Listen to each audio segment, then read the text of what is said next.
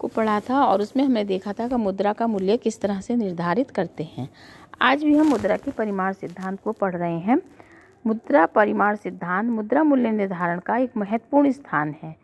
यह तो सुनिश्चित करना कठिन है कि सर्वप्रथम इस सिद्धांत को किसने प्रतिपादित किया, परंतु इटली के अर्थशास्त्री दीवान जेठी ने यह विचार प्रस्तुत किया कि जबकि विशुद्ध रूप से इस सिद्धांत के प्रतिपादन का श्रेय डेविड ह्यूम को जाता है। 1752 में इसे डेविड ह्यूम ने रखा था और डेविड ह्यूम के अनुसार कीमत स्तर को मुद्रा की मात्रा का प्रतिफल कहा जाता है। अतः P बराबर QM, जिसमें P कीमत स्तर, QM मुद्रा की मात्रा, दोनों के बीच कारण और परिणाम का संबंध स्थापित करने का प्रयास किया था। मुद्रा परिमाण सिद्धांत की प्रतिष्ठित व्याख्या। डेविड ह्यूम द्वारा प्रतिपादित मुद्रा परिमाण सिद्धांत को प्रतिष्ठित लेखकों रॉबर्टसन, टॉजिंग, सेयर्स, मिल, केसल, विक्सेल आदि के कारण बहुत प्रसिद्धि प्राप्त हुई। इन लेखकों ने मौद्रिक सिद्धांत का विकास मुद्रा के मूल्य के संबंध में ही किया था, संपूर्ण अर्थव्यवस्था के रूप में नहीं, क्योंकि वे मुद्रा को केवल विनिमय का साधन ही मानते थे। अतः उनके अनुसार अन्य वस्तु के मूल्य की भांति मुद्रा का मूल्य भी मुद्रा की पूर्ति के परिमाण से प्रभावित होता है। अंतर केवल इतना है कि मुद्रा के मूल्य में मुद्रा की पूर्ति के समान अनुपातिक परिवर्तन होते हैं, जबकि वस्तुओं के मूल्य में इस प्रकार के समान अनुपातिक परिवर्तन संभव नहीं है। मुद्रा के मूल्य में समान अनुपातिक परिवर्तन मुद्रा की विपरीत दिशा में होता है। ऐसे मानने का कारण यह था कि प्रतिष्ठित अर्थशास्त्री पूर्ण रोजगार की स्थिति को मानकर चलते थे, जिससे वस्तुओं और सेवाओं की मात्रा प्रत्येक काल में स्थिर मानी जाती थी और मुद्रा की मात्रा में वृद्धि से सामान्य मूल्य स्तर में उसी अनुपात में वृद्धि और मुद्रा की पूर्ति में कमी होने से सामान्य मूल्य स्तर में उसी अनुपात में कमी हो जाती है। मुद्रा के मूल्य और सामान्य मूल्य स्तर में विपरीत संबंध है। मुद्रा की पूर्ति में वृद्धि से मुद्रा के मूल्य में उसी अनुपात में कमी और मुद्रा की पूर्ति में कमी से मुद्रा के मूल्य में उसी अनुपात से वृद्धि ही मुद्रा परिमाण सिद्धांत है। अन्य बातों के समान रहने पर मुद्रा की मात्रा दुगनी कर देने पर कीमतें पहले की अपेक्षा दुगनी और मुद्रा का मूल्य आधा रह जाता है। इसके विपरीत अगर मुद्रा की मात्रा आधी कर दी जाए तो कीमतें पहले की अपेक्षा आधी और मुद्रा का मूल्य दुगना हो जाता है। अर्थात अगर वस्तुओं सेवाओं की कीमतें बढ़ती हैं, यदि वस्तुओं और मुद्रा की मात्रा को हम दुगना कर देते हैं तो इससे वस्तुएं महंगी हो जाएंगी, क्योंकि लोगों के पास मुद्रा ज़्यादा आ जाती है और परचेजिंग पावर उनकी बढ़ जाती है, डिमांड बढ़ जाती है।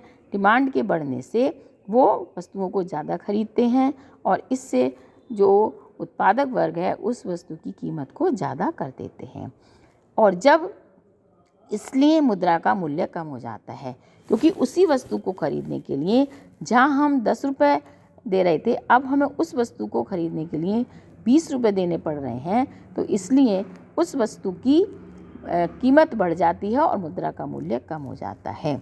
तो मुद्रा परिमाण सिद्धांत का ये अर्थ निकला कि जब मुद्रा की मात्रा बढ़ती है तो वस्तुओं सेवाओं की कीमतें बढ़ती हैं और मुद्रा का मूल्य कम हो जाता है। तो क्वांटिटी थ्योरी प्रतिष्ठित सिद्धांत के अनुसार अगर मुद्रा की मात्रा दुगनी होती है तो वस्तुओं सेवाओं की कीमतें दुगनी हो जाती हैं और मुद्रा का मूल्य आधा रह जाता है। अब इसमें हम देखते हैं अन्य बातों के यथावत रहने पर।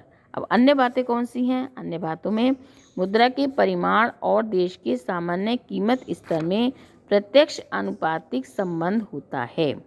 अगर मुद्रा के परिमाण को 50% बढ़ाया जाता है तो कीमत स्तर भी 50% ही बढ़ जाएगा और मुद्रा का जो परिमाण है अगर 50% इसको घटाया जाता है तो मूल्य स्तर में भी 50% की गिरावट आती है।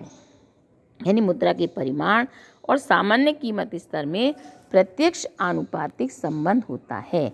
इसका अर्थ यह है कि जितना मुद्रा का परिमाण यानी क्वांटिटी बढ़ेगी, मुद्रा की मात्रा बढ़ेगी, उतना ही प्रतिशत कीमत स्तर बढ़ेगा। दूसरा, मुद्रा के परिमाण और मुद्रा मूल्य में विपरीत अनुपातिक संबंध होता है। इसका अर्थ यह हुआ कि अगर मुद्रा के परिमाण में 25% वृद्धि कर दी जाए तो मुद्रा का मूल्य भी 25% गिर जाएगा। यानी जितने प्रतिशत मुद्रा की मात्रा बढ़ेगी उतना ही प्रतिशत उस मुद्रा का मूल्य घट जाएगा। यानी मुद्रा के मूल्य में और मुद्रा के परिमाण में, मुद्रा की मात्रा और मुद्रा के मूल्य में विपरीत संबंध होता है, आनुपातिक विपरीत संबंध होता है। अब हम चित्र नंबर चित्र 1 के माध्यम से मुद्रा के परिमाण सिद्धांत को समझेंगे। इसमें OX अक्ष पर मुद्रा का परिमाण या मुद्रा की मात्रा, चलन में कितनी मुद्रा की मात्रा है, और OY अक्ष पर सामान्य कीमत स्तर दिखाया गया है। जैसे जैसे मुद्रा के परिमाण में वृद्धि होती है, सामान्य कीमत स्तर उसी अनुपात में बढ़ता जाता है। जब मुद्रा की मात्रा 100 करोड़ थी तो मूल्य स्तर OP0 था, और मुद्रा की मात्रा दुगनी 200 करोड़ होने पर मूल्य स्तर भी दुगना OP2 हो जाता है। जब मुद्रा की मात्रा घटाकर 50 करोड़ कर दी गई तो मूल्य स्तर भी घटकर OP रह गया। अब दूसरा हम देखते हैं मुद्रा की मात्रा और मुद्रा के मूल्य में संबंध। यानी रेखा चित्र 2 में हम देखते हैं कि OX अक्ष पर मुद्रा की मात्रा और OY अक्ष पर मुद्रा का मूल्य दर्शाया गया है। जब मुद्रा की मात्रा m से बढ़कर दुगनी 2m हो जाती है तो मुद्रा का मूल्य 1/p से घटकर 1/2p यानी आधा रह जाता है। और इसी प्रकार अगर मुद्रा की मात्रा m से बढ़कर चौगुनी 4m हो जाती है तो मुद्रा का मूल्य घटकर 1/4p यानी चौथाया 1/4 रह जाता है। यानी मुद्रा का मात्रा और मुद्रा के मूल्य में विपरीत आनुपातिक संबंध के विभिन्न बिंदुओं को जोड़ने से ABCD रेखा चित्र से स्पष्ट हो जाता है। तो इसमें हमने देखा कि मुद्रा की मात्रा और मुद्रा के मूल्य में क्या संबंध है। यानी मुद्रा की चित्र के माध्यम से भी हम देख रहे हैं कि मुद्रा की मात्रा और मुद्रा के मूल्य में विपरीत संबंध है।